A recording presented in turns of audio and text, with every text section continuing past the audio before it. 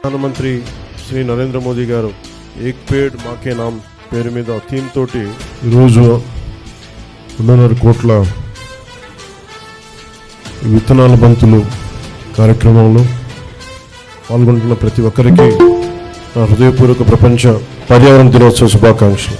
ఈ పర్యావరణ పరిరక్షణ సంకల్పానికి మద్దతుగా ఆంధ్రప్రదేశ్ ప్రభుత్వం తరపున 2 అద్భుతమైన కార్యక్రమాలకి శ్రీకారం చుట్టాం.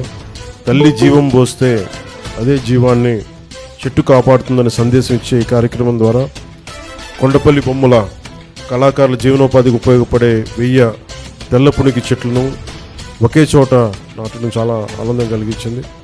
ఒక సీడ్ బాల్ ఒక చెట్టుని సృష్టించేంత శక్తి కలిగి ఉంటుంది.